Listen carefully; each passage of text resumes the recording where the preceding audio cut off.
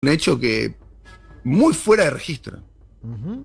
muy fuera de registro lo que pasó en el Kremlin, en Moscú, en Rusia, Sí, con sí, sí. las declaraciones del presidente Alberto Fernández. Ujú. Se esperaba, evidentemente, un discurso de ocasión, pero el presidente Fernández le dijo, a la vista de todos además, que la Argentina debería condicionar su dependencia con el Fondo Monetario y con Estados Unidos, y que la Argentina debería de ser la puerta del desembarco, de la llegada, no sé qué palabra puntual o textual utilizó, de Rusia en América Latina. ¿Querés escucharlo, Dani? Dale, vamos a Adelante. escucharlo. Sí, vamos a escucharlo, por favor. Desde los años 90 en adelante, Argentina ha volcado su mirada muy firmemente en los Estados Unidos. Y ya depende mucho de la economía argentina de la deuda que tiene con los Estados Unidos, con el Fondo Monetario y la influencia que Estados Unidos tiene en el fondo. Durante la primera etapa de nuestros gobiernos, del 2013 al 2015, nosotros tratamos de salir de ese corset que Argentina tenía con los Estados Unidos. Y ahí pudimos avanzar en el acuerdo estratégico, en el primer acuerdo estratégico. En el año 2015 llegó un gobierno de Argentina que otra vez volcó toda su mirada a los Estados Unidos y fue el que nos generó la deuda pesadísima que hoy tenemos. Y yo estoy empecinado en que Argentina tiene que dejar de tener esa dependencia tan grande que tiene con el fondo y con los Estados Unidos. Y tiene que abrirse camino hacia otros lados. Y ahí es donde me parece que Rusia tiene un lugar muy importante. Bueno, qué lisonja, ¿no? Qué lisonja hacia hablado. Porque decir que Rusia puede, en este contexto además, ¿no? Que Rusia puede reemplazar a Estados Unidos en la tutela. Yo te insisto con lo que te decía ayer, yo prefiero que no me tutele nadie. Pero en la idea de que Rusia podría eventualmente no reemplazar, bueno, en tal caso, ser una puerta de salida de este corset histórico con Estados Unidos, en el marco de un conflicto en escala, que va escalando, digamos, entre Rusia y Estados Unidos, con movimiento militar y demás, es toda una declaración por el contexto, además, Dani.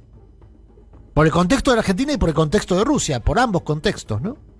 Claramente, ¿no? Bueno, Rusia está en un episodio que tiene que ver el conflicto por Ucrania, que los especialistas, entre los cuales no me encuentro yo, quiero aclarar, califican con el episodio de mayor tensión desde la caída del muro de Berlín. Uh-huh. Bueno, y el regreso de una nueva guerra fría. El pequeño detalle es que el mundo ha cambiado muchísimo, bien, como bien describir ayer a Tirio Borón conversando con nosotros y Marcelo Brignoni, es un mundo multipolar, donde hay, fundamentalmente hay dos países que se están disputando el control geopolítico, ¿no? Estados Unidos, que algunos definen una superpotencia en decadencia, y la principal nación manufacturera del mundo, comercial del mundo, que es China, que es el principal socio comercial de la Argentina, junto con Brasil. El tercero es Estados Unidos. Bueno, en ese contexto se producen estas declaraciones, y en un momento, bueno, habría que ver la jugada completa. Román Lechman, que es en el diario Infobae, que uno presume tiene buena interpretación de lo que pasa al interior de la embajada de la Avenida Colombia, en el barrio de Palermo, y en el medio que trabaja, que es Infobae, uno presume también que están bien interpretados los intereses de Estados Unidos en la región. Me refiero, estoy haciendo una descripción de su línea editorial, no quiero hacer un juzgamiento y demás. Escribe, no sé si tuviste la oportunidad de leer la columna de Román Lechman en el diario Infobae, pero el primer párrafo dice: en 5 minutos por reloj, Alberto Fernández quemó el guión diplomático que había estudiado en su viaje de Buenos Aires a Moscú, y puso en jaque su acercamiento geopolítico a Joseph Biden y el entendimiento que cerró con el Fondo Monetario Internacional para obtener la refinanciación de la deuda. La reunión a solas con Vladimir Putin, escribe Lehman, previa al almuerzo tenía guión propio. Cada jefe de Estado llevaba con un traductor, abría el encuentro Putin, cerraba Alberto Fernández. La Cancillería sabía las líneas generales del discurso ruso y planificó hasta el último detalle las palabras que pronunciaría el argentino. Pero Alberto Fernández, sigue escribiendo Lehman, enterró el libreto oficial que estaba vinculado a profundizar las relaciones bilaterales, agradecer la provisión de vacunas y proponer una agenda multilateral compartida, que es casi, básicamente, no te digo no decir nada, pero decir muy poco. Y optó por la palabra embestir contra Estados Unidos y el Fondo Monetario. Y lo que acabamos de escuchar recién, yo estoy empecinado en que Argentina deje esa dependencia tan grande que tiene con el fondo y con los Estados Unidos, y tiene que abrirse camino para otros lados. Y es donde me parece que Rusia tiene un lugar muy, pero muy importante. Hay quien ha visto las palabras de Georgieva como un vuelto, como una contame eso. Como una ¿Qué dijo Georgieva? Bueno, ¿pero Georgieva la buena o no sabemos bien? No, es la directora gerente del Fondo Monetario Internacional que vio la pobreza a los ojos, dijo el Papa Francisco. Claro, y eso vio la pobreza a los ojos y demás. No, porque es toda la narrativa de Guzmán y Alberto Fernández durante casi un año y medio construyeron que este es un fondo diferente, que tiene sensibilidad. Me gustaría conseguir los audios de cuando lo decían, así lo podemos repetir, porque pareciera ser que lo estamos diciendo nosotros y no es que lo dijeron ellos. Así que lo vamos a conseguir, lo vamos a compartir con ustedes. Sí, la idea de un fondo distinto. Bueno, va quedando claro que no existe tal cosa. Bueno, ayer Georgieva dio una conferencia de prensa virtual, participaron medios internacionales, obviamente surgió el tema de la Argentina. Destaco 3 momentos de esa conferencia. Uno de ellos donde directamente opina sobre el proceso político interno de la coalición de gobierno en Argentina. Dice, y la interna en el gobierno puede perjudicar el acuerdo. La interna en el gobierno puede perjudicar el acuerdo. Esto opinó Georgieva, que es quien tiene que luego discutir el acuerdo dentro del directorio del fondo. ¿Por qué? ¿Cuál es el argumento? Bueno, que el Fondo Monetario requiere la aprobación del sistema político argentino, oficialismo y oposición, y que fundamentalmente el oficialismo debe garantizar esa imagen, esa foto, ¿no? Eso es un reclamo que conocemos hace tiempo. Después, primero dijo entonces que la interna del gobierno condiciona el acuerdo con el fondo, lo cual es una expresión que nosotros que peinamos alguna cana, Dani, reconocemos de otras épocas. El injerencismo político directo del fondo en la política argentina, ¿sí? Escena que parecía... Recién le preguntaba a Valentina, ¿vos no recordás a Nupsin, el show virreinal de Nupsin? No lo recuerda. Tiene 20 y pico, no lo vivió. Nosotros sí. Igual está para Valentina y para quien quiera, ¿no? Sí, está en los registros. Ir a YouTube y demás. Claro. Bueno, se lo recibía como un virrey, se lo trataba, se lo elogiaba, ¿no? Un nivel de dominación. Bueno, eso entró en crisis y el que pone en crisis todo eso, ¿no? Y el que recoge el guante y hace de eso una agenda política y un movimiento, ni más ni menos, fue Néstor Carlos Kirchner, ¿no? Que interpreta que había una sociedad que tenía un hastío muy grande con respecto a la intromisión del Fondo Monetario en las políticas domésticas de la Argentina, con consecuencias fatales como fue la crisis de fines del 2001. Bueno, en otro orden, Dani, y acá ya se empieza a poner más específica la cosa, Kristalina Georgieva reveló que hay, cito textual, 2 áreas de condicionalidad estructural incluidas en este acuerdo. 2 áreas. Cuando le dan tanta vuelta a una palabra es como, ¿viste? Bueno, ¿Puedes repetir? 2 áreas de condicionalidad estructural. Tal vez mi inglés no es muy bueno, pero... Yo cuando escucho algo así que me cuesta entenderlo, digo... No, pero es diría, simple. Nos están cagando. A ver, hay 2 condiciones estructurales. Hay 2 cambios estructurales que está pidiendo el fondo en este acuerdo. 2 cambios estructurales. ¿Te acordás que Guzmán y Alberto... No era que no había pedido cambios estructurales. Bueno. Dijo, cambios en el sistema de impuestos y cambios en el gasto público. Pero además agregó Georgieva, atención con esta frase porque es muy importante. ¿Vos decís que Manuel Álvarez Agil nos está mintiendo entonces? ¿Que el fondo sí pide cambios estructurales? No personalizo el debate político. No, pero bueno, salió públicamente a decir que fue un gran acuerdo, ¿no? Pues que todavía no conocemos la letra chica, lo que estamos conociendo es lo que dice Alberto Fernández, lo que dice Cristalina Georgieva. Y lo que dice Cristalina Georgieva, atención con esta frase, Dani, porque esto pasó desapercibido. Yo ayer leí estas declaraciones de Georgieva y me detuve en esto. Dijo, hay dos áreas de condicionalidad estructural. Cambios en el sistema de impuestos, cambios, reducción del gasto público, ajuste, ¿no? Pero por otro lado dijo, esto no quita que más adelante haya otros cambios estructurales. Ojo con esta frase, hay que ver cómo se traduce esto en la letra chica del acuerdo, si la letra chica del acuerdo deja abierta la posibilidad de cambios estructurales o las anuncia, las anticipa, porque cuando hablamos de modificaciones estructurales, hoy ya no hablamos de las viejas modificaciones estructurales que históricamente pidió el Fondo Monetario, reforma laboral, reforma previsional, porque en buena medida el Fondo considera que en este año el ajuste previsional ya se hizo. Mirá, tengo un dato, Daniel, ayer se conoció un informe de, un estudio, mejor dicho, no un informe, de un centro de estudios académicos, se llama MATE, donde desmenuzó el gasto público del gobierno de Alberto Fernández y lo comparó con el gasto público del gobierno de Mauricio Macri. En efecto, hubo mayor gasto público durante el gobierno de Alberto Fernández que el de Mauricio Macri porque hubo pandemia. Ahora, cuando vos ves el desagregado, cómo se gastó, hay un ajuste previsional muy importante, ¿eh?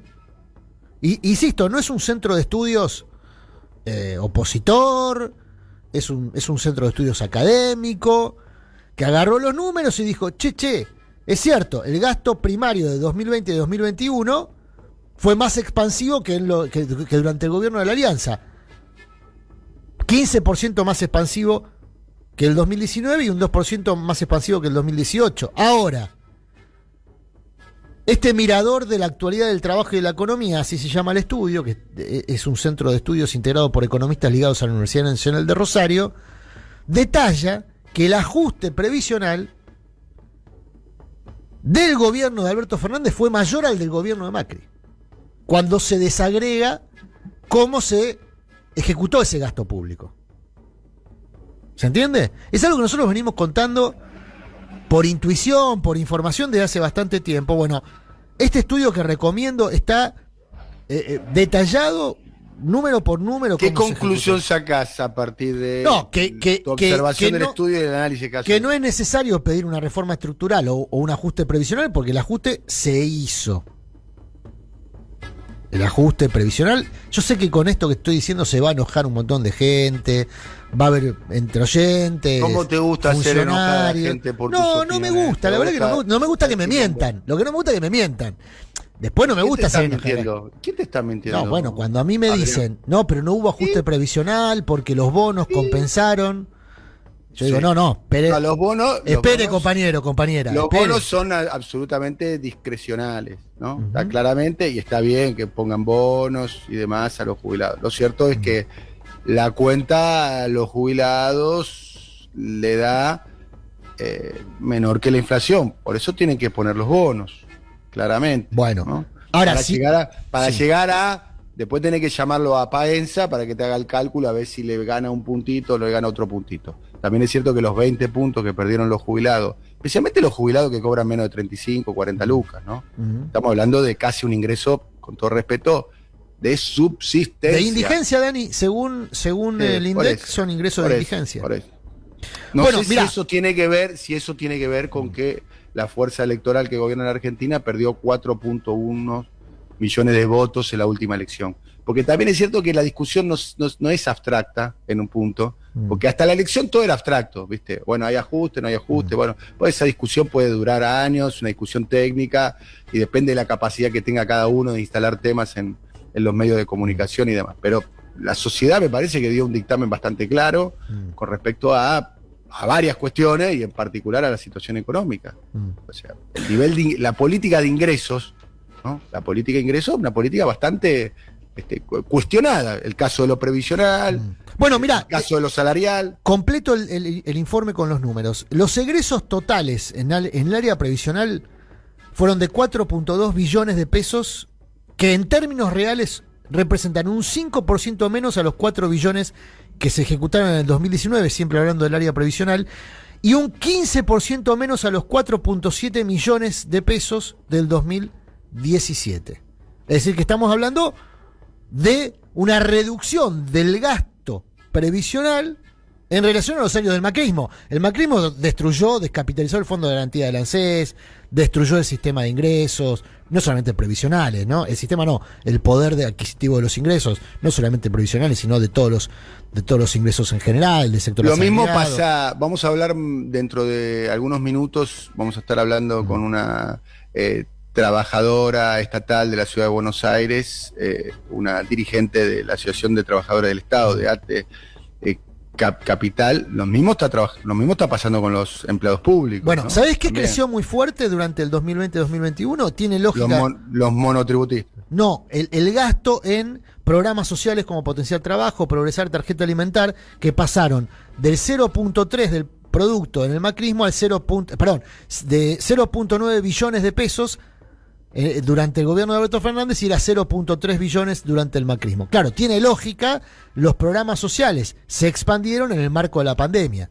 Entonces, uno podría interpretar, según los números de este informe, insisto, un informe realizado por el Mirador de la Actualidad del Trabajo y la Economía, MATE, que está hecho por economistas de la Universidad Nacional de Rosario, uno podría colegir que gastos del sistema previsional fueron hacia el sistema de cobertura de planes sociales. Ahora, cuando uno hace este tipo de interpretaciones, volvemos a la frase de Georgieva. Georgieva dice, el acuerdo que hoy tenemos, que fija la mirada sobre el gasto, por eso me puse a hacer foco sobre el gasto, porque ¿qué gasto quiere ajustar Georgieva? Cuando Georgieva habla de gasto, ¿en qué gasto piensa? Bueno, dijo puntualmente, los subsidios en Argentina son muy generosos, dijo Georgieva. Ahí hay un gasto que evidentemente Georgieva quiere cortar. ¿Es el único? Georgieva, el Fondo Monetario, el Fondo de Estados Unidos, que conduce el Fondo Monetario, ¿es el único? Y déjame decirte una cosa, con el conflicto en Ucrania se disparó el precio del gas, ¿sí? Bueno, eliminar los subsidios a la energía en la Argentina implica que el Estado argentino va a tener que disponer, si no se eliminan los subsidios en la Argentina, el Estado argentino debiera disponer de recursos para subsidiar un insumo que se va encareciendo por efecto de una tensión política entre Estados Unidos y Rusia. No desacoplaría una situación con la otra, Dani. No desacoplaría el interés que Estados Unidos tiene para que los usuarios empiecen a pagar el precio del gas o más por el precio del gas justo cuando, por ejemplo, el gas está en ascenso. Porque es exactamente lo que piden las petroleras. Que explotan gas en Argentina, pero explotan gas también en Estados Unidos, explotan gas en Medio Oriente. Es decir, ojo porque esta película ya la vimos, Dani. Muchas veces lo refirió el profe Vinieski, lo hemos contado nosotros. El mundo después le pone nombres a esta cosa, ¿no? La crisis del gas, la crisis de los petrodólares, la crisis de tal o de cual, la subprime. Después se le pone un nombre a la crisis. Y después se sabe que la crisis tuvo un alto componente de gestión por parte de los actores geopolíticos que terminaron condicionando a países periféricos como la Argentina. Ojo, porque si vos no ves bien la jugada, y yo creo que la frase de Alberto Fernández un poco tiene que ver, no estoy diciendo que la vea bien la jugada, estoy diciendo que un poco tiene que ver con la jugada global que se está desarrollando. A mí, el skill, ¿no? A ver, el skill. El skill que hizo ayer el Albert en el Kremlin, para mí estaba fuera de libreto. A mí me descolocó completamente. Bueno, es lo que dice Lechman, ¿no? También, que está fuera del libreto. Bueno, puede ser. Tengo el acceso, no me comparé con Lechman, quizá que tiene mucha más información que yo. Habla con Alberto casi todos los días o con alguien cercano a Alberto. No, mira, yo lo que habla con los... Sí, no te comparo, no, yo lo que digo que puede ser que haya sido fuera de libreto en función de lo que se esperaba. Me desorienta, es muy desorientante A mí me parece absolutamente positivo. Me encanta una política exterior donde vos te le pares de mano a todo el mundo, ¿entendés? Con soberanía y demás. Me resulta extraño. No tengo todos los elementos como para pensarlo. No sé si es un gesto hacia el kirchnerismo. Después, si querés, te puedo contar información que tengo con respecto a la ruptura. Mejor dicho, a la ruptura, no, a la renuncia de Máximo Kirchner. Bueno, ya te anticipo algo. Sí, avancemos, claro. Fue una decisión muy meditada. Muy meditada, muy conversada y que viene desde hace tiempo. Pregunté, ¿y cómo está? Me respondieron con una sonrisa y el término es aliviado, como que se siente con más margen para hacer política, que se sentía encorsetado, ocupando un lugar institucional importante para aplicar una política que él no compartía, como bien manifestó la carta y como bien venía manifestando por diferentes lugares. Y después casi la obviedad, dos obviedades. Todo lo que dijo la carta lo venía diciendo, que de hecho lo reconoce en la propia carta, ¿no? Que venía marcando sus diferencias. Muchas diferencias tienen que ver con lo que vos estás diciendo, ¿no? Con la política fiscal, la política de gasto, muchos califican que el año pasado fue, especialmente el primer semestre, fue un semestre de ajuste, de ajuste sobre las cuentas públicas, cuando, según el kirchnerismo, eso tenía que generar una expansión del gasto, ¿no? Que este es otro tema, ¿no? ¿Quién va a sacar a la Argentina de esta crisis profunda? Si no es el Estado expandiendo el gasto, ¿no? La pregunta es, ¿quién lo va a hacer? O si no, vamos a esperar la aplicación de la teoría del derrame. O sea, que la economía crezca y que crece tanto, que al final del día termina derramando en el resto. Que es un poco el dogma del neoliberalismo, ¿no? Año 90. Hay que dejar que la economía crezca libremente y que el Estado intervenga lo menos posible. Pareciera ser, esta es una economía del derrame, reloaded, un poco con pátina social, con otro vocabulario. Sí, pero ojo con el embudo del derrame, Dani, porque el embudo está dirigido a los sectores más favorecidos, lo que contaba Valentina el miércoles. Exactamente. El derrame no derrama del mismo modo para todos. Exactamente. Y otra cuestión, digo, porque fue presentado en varios lugares, está claro que tanto la acción de Máximo como que Cristina estaba al tanto desde ya y que Cristina acompaña. Está claro que Cristina públicamente debiera de manifestar un disenso con la decisión de su hijo, porque si no generaría así una crisis institucional mucho más severa.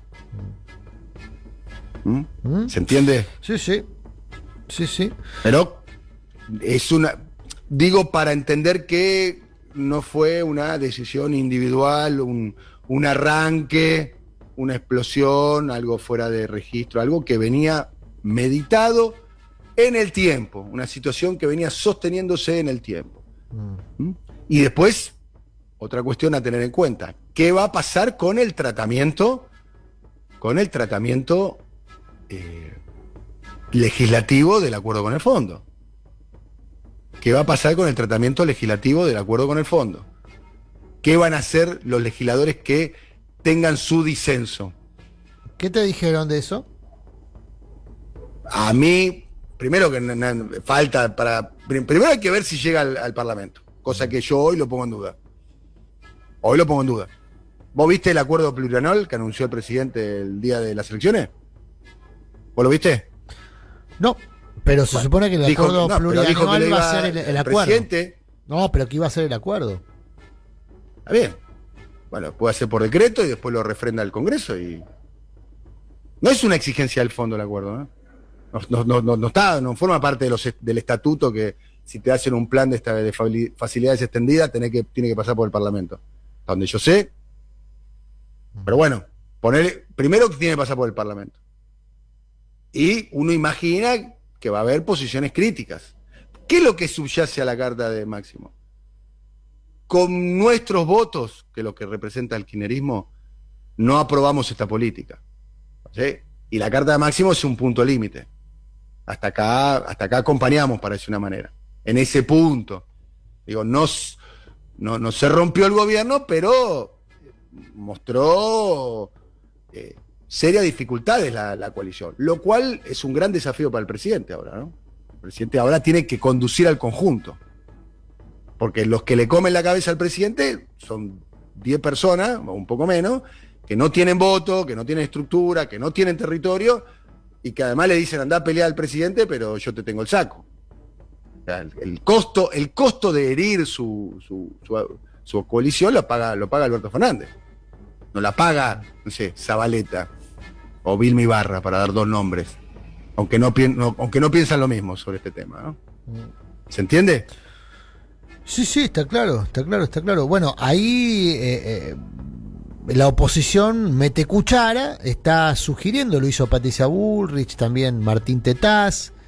Dicho sea de paso, muy magra la marcha de ayer a favor de la Corte, el abrazo a la Corte que planteó la oposición, ¿no? Digo esto como dato porque pasó inadvertida, me parece que como forma también amable de los medios del sistema de no exhibir que no fue nadie, ¿no? A la marcha del 3F, que era la antimarcha del 1F. Bueno. Vamos a escuchar a Alberto Fernández dale. Elogiando a Cristalina Georgieva. Hasta donde yo sé hay un blockbuster de esto, así que podemos hacer 3 temporadas en Netflix. Esto para entender, No, en serio, esto para entender un poquitito, y además la verdad que es una novedad política la que hizo Alberto Fernández y Martín Guzmán, porque la verdad que, excepto gobiernos no sé si la palabra, no me gusta la palabra derecha, ¿viste? Pero bueno, gobiernos de derecha, como el de Menem, o sus políticas, mejor dicho, o el de Macri, generalmente no se elogia al Fondo Monetario Internacional. Bueno, vamos a escucharlo, a ver. Viene ahora, no le dan descanso, pero se viene la negociación con el Fondo Monetario Internacional. Hoy la titular del fondo lo felicitó, no sé si habló con ella, pero... Cruzamos a través de Martín una serie de WhatsApp. Ajá. Ella es muy generosa con nosotros, ella ha sido muy importante también.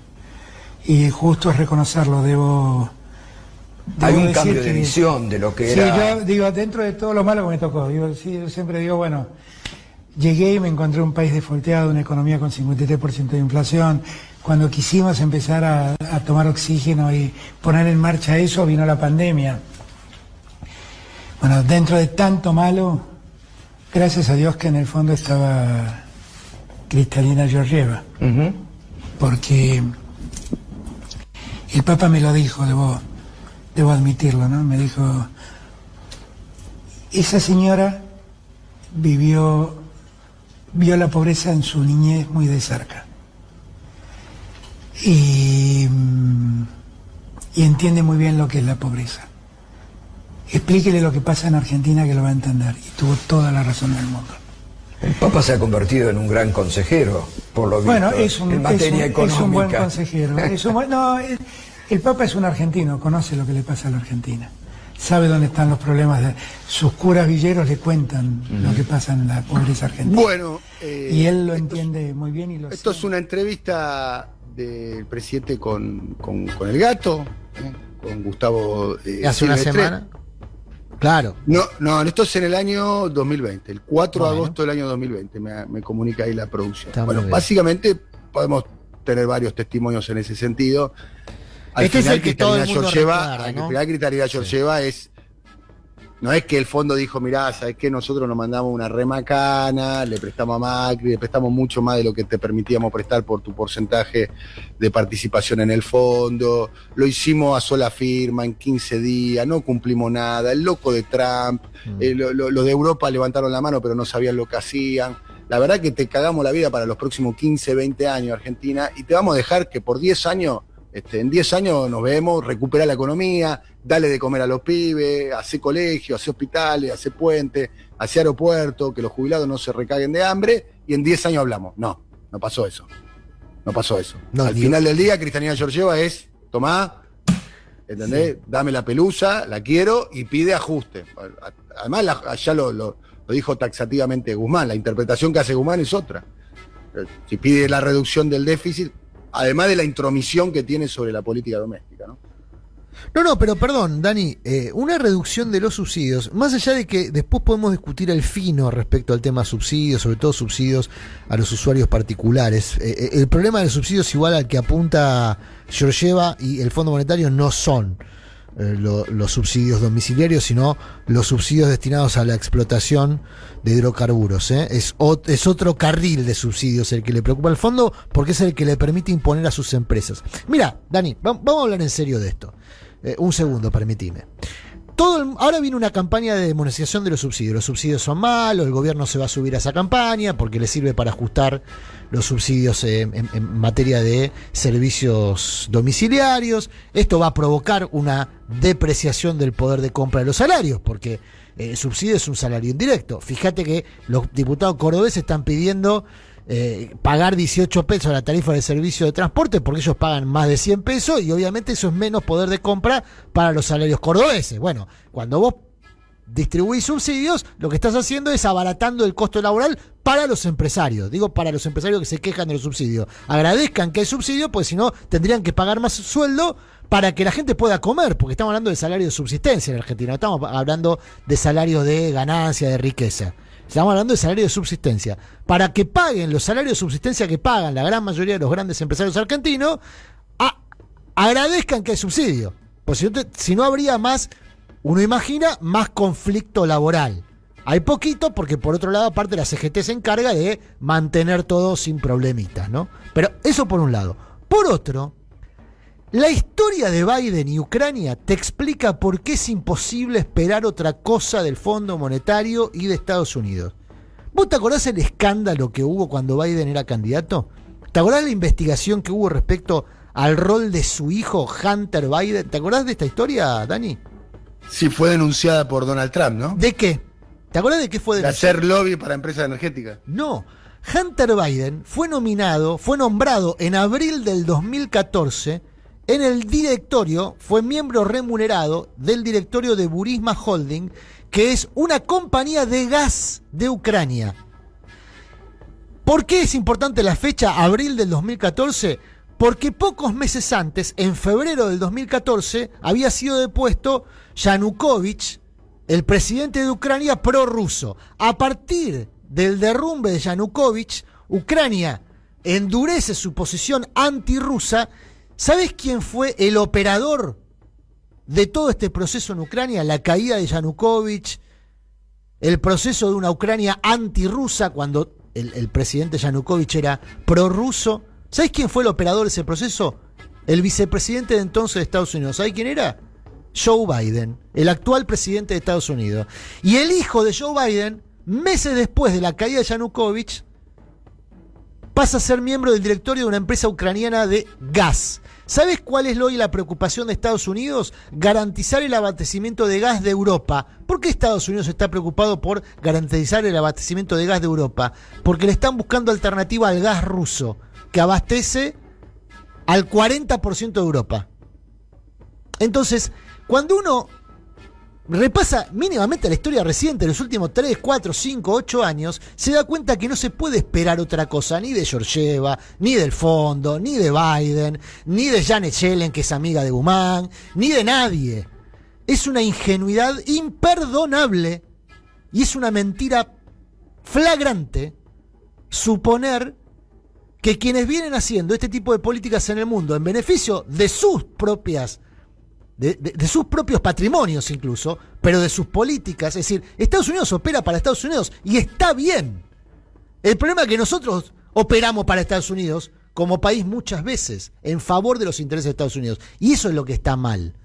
Yo entiendo entonces por qué vos decís que es desconcertante la frase de Alberto Fernández. Porque por una vez pareciera que la Argentina se corre. Desconcertante positivamente, te digo. Sí, sí, a mí sí, me gustó sí. lo que dijo Albert. Sí, yo quiero ver las políticas en función de eso. Salimos, ayer hicimos 2 notas, con Atilio Borón, con Marcelo Brignoni, tratando de comprender y analizar. Y además, bueno, ahora está en estos momentos en China.